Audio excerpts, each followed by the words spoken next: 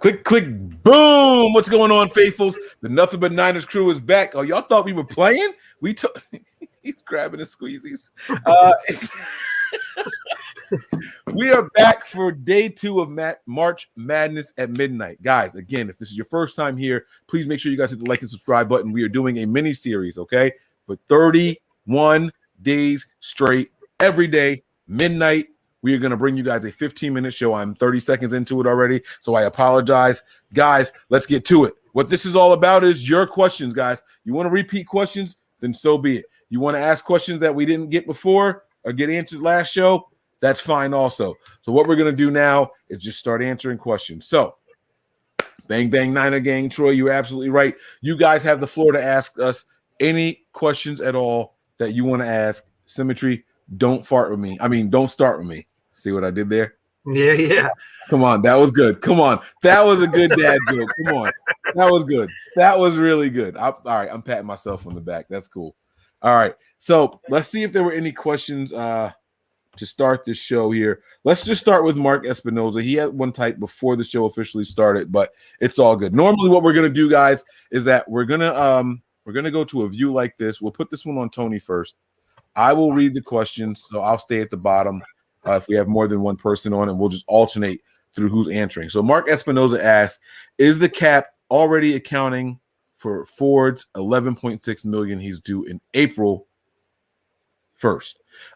We currently have 16. If it's not, it brings us down to around 5, which is really hard to work with. So Tony, do you know the answer to this? And if you don't, we'll go over to Brian. Yeah, I'm pretty sure that it's already built into his salary. It's 11.6. It's his injury guarantee if he doesn't pass a physical by April 1st, and that's pretty much it. Brian, you agree with that? That's something that you heard also. Yeah, I'll give it a little thumbs up. Yep, 100%. All right. All right, I like it. All right, here we go, Brian. This next one will be for you. Then, out of all the moves that's been made in the NFC West, where are we in the division as far as rankings? 1, 2, 3 are dead last. Great show earlier, fellas. Well, if you watched the great show earlier, then you should have the answer to this question already. But it depends. If you look at where things are sitting right now without any moves, because we don't know what's going to happen, we are currently in 4th because we have 0 secondary. We have missing pieces at left tackle. We have a questionable quarterback situation. Fullback's gone. We need another defensive end. So, and a center needs to be so right now we're in 4th. But there's every opportunity to move up, and we should be in 1st by the time free agency and the draft are over. Yeah. Yeah, and that was the general consensus on the entire last show. Everybody agreed with that. And obviously, a lot of it is contingent on, like you said, free agency and draft. I'm going to throw a little caveat in here. I'm going to pass it. I'm going to let you answer, then we'll give it to Tony.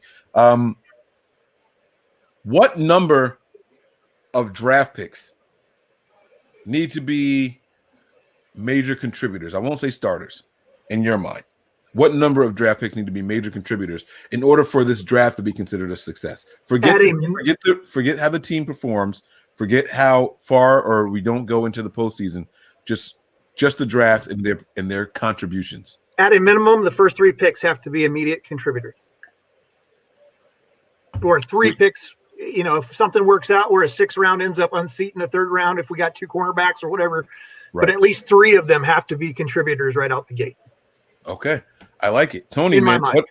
No, it's good. It's good. I like that. Tony, what are your thoughts on that? 5 of 10. 50%? I don't think we end up drafting 10, though. Wow. Well, even if it's not, so you want 50%. I'm saying like special teams. I'm saying like special teams, a 3rd down back, a slot receiver, like not defined starters. I say 50%, 5 of 10 will come in and be contributors. I like it. I said 3. When I said my 3, I meant they'd be starting caliber. They need to be, at that level. Yeah. I like it, man. It's a really tough question, and I'm not sure I know the answer because, look, we've seen starters go down and backups have to step in and do something, When we first saw Justin School, you know what I'm saying? Like, I would consider him a major contributor for that season, even though he wasn't in the team's plans and he hasn't been since then. But that season, When he had to step in, he stepped in and he played well.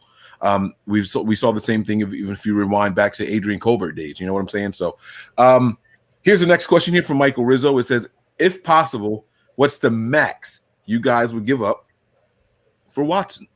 Tony? I would stick with draft picks. I would do 3 1s,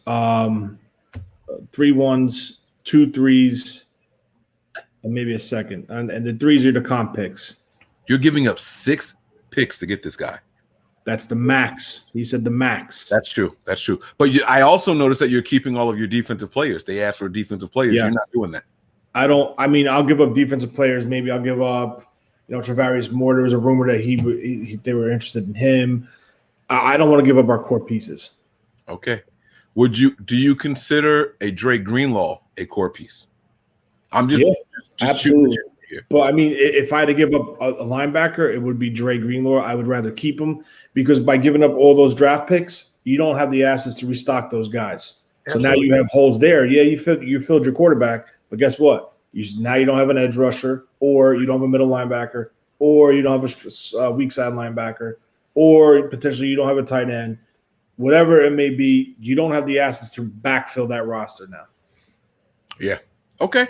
All right. I like it. I like it a lot. Brian, I want to get your thoughts on it too. I want to find out if you agree with it, man. Again, guys, this is the 15-minute question show. Any questions you guys have, we're going to answer them all in order here. All right. So, Brian, I agree with Tony 1,000%, not to cut you off, but we only got 15 minutes. We don't need the extra info, Mike. 1,000%. I would even the same trade. I was, the same draft picks, and I would only do draft picks. 3 3s. 2/3 and 1 second possible. Maybe, okay. Yeah. The second is like throwing an extra caveat in there. But if I could get away with three firsts and the 2 comp picks, the 2/3 comp picks, that's what I would do. All right. Spontaneous comments with his this is his ritual here for the Q&A segment that we're doing here. He just says, "What's up, squad?" I like it. I like it. All right. So we'll give this one to you here from Melissa. Why aren't we signing guys like Jordan Willis yet? Now, this is a good question because these aren't the contracts that are going to make or break a team. And if he's not in the top 51, it's not even going to count against the cap. Why the hell aren't we extending guys like this? It's a great question. It is a great question. The guys that are currently on our roster, we should be looking at re-signing right now because we still own their rights until the new league year begins. But obviously, there's a reason that they're not. Unfortunately, we're not privy to that. But it would be in the team's best interest to get some of these guys signed like that, maybe throw an extension to Jordan Reed, some little pieces that could make this team a lot better and could solidify some of those slots to make up that 90 or 80 man roster, whatever they finalize and decide. So Melissa, I don't know why we're not doing that yet. And all I can think is that they have a plan for that cap money and nothing's going to happen until they're ready to make those moves. Yeah. I don't know. All right. Next question from Facebook user. What's the chance of us getting Watson? Give us a percentage here, Tony, and give us your honest gut answer here. I'd say 40%. All right. And that's not a bad number, actually. I like that. That's actually a pretty good sign. Spontaneous gives us another one. We'll go with Tony back to back because that was a short one here, and then we'll get the next one back to Brian. If the 49ers sign Alex Mack in free agency, should they still draft the center in the draft due to Mack's age? Yes, in the later rounds. There's a guy from Pittsburgh, I think I forgot his damn name. He's a 4-year starter, walk-on center. He fits the zone scheme perfect. Okay. All right. Brian, you're getting one here that I think is kind of an easy one, but I don't know, man. This is from K9 Kicks. And they trade their first round plus take a third from us. Would you do it? So what that is the Patriots are giving us a first. And we're giving them we have a 3rd round comp pick. So something at the very end, almost the 4th round pick. And they want Jimmy and the 4th round, almost, that pick. And I get their 1st round pick. I'm taking it. I'd give my 2nd round pick. Just as a thank you, right? Like, you guys are so gracious. Here you go. All right. Let me see here. Do you know who this is, Brian? Because that was a short answer. What do you think of Ellinger? Sam Ellinger, the quarterback of Texas. Yeah, I don't know. I don't have a lot of information on that kid. All right. So what we'll do is we'll swap it over to Tony. It seems like he knows who he is. So what do you think, buddy? He played at the Senior Bowl. He kind of reminds me of like a Colt McCoy type quarterback. He's like one of those like rah guys, gives his all. Great teammate. He's a captain of Texas. He's a solid guy, but there's limitations. He's figured to go in the latter part of the draft. So, I mean, we'll see. All right. The next question to be answered will be going to Brian. Too Much has a question here, but we are not going to answer this one. What would plans be individually to make this a successful offseason? Individually, that was what the entire 2-hour show was about, the last show. So I'm going to have to encourage you Too Much to go back and watch that one. I'm sorry that we don't have an answer for you here, but we did peel away the layers of the onion, and we finally got down to it on the last show. All right. Shulo says, why fans think Jimmy can win with us like he did in 2019 when the 2019 team is long gone? Brian. I think a lot of people are sold on the fact that that it would appear, even though that some of the secondary motions may not show that, but I think that our front office and our coach believe in Jimmy. Even though there may be some ideas may be misconstrued about some of their actions as far as showing their thought process about keeping him here long term. But I think that there's a reason behind all of that, and I think that he is part of the long-term plan for this team. We may not agree with that, but I think that is true. But I think that a healthy Jimmy can still be productive in this system with the players that we currently have, even though they're not the same as they were in 19.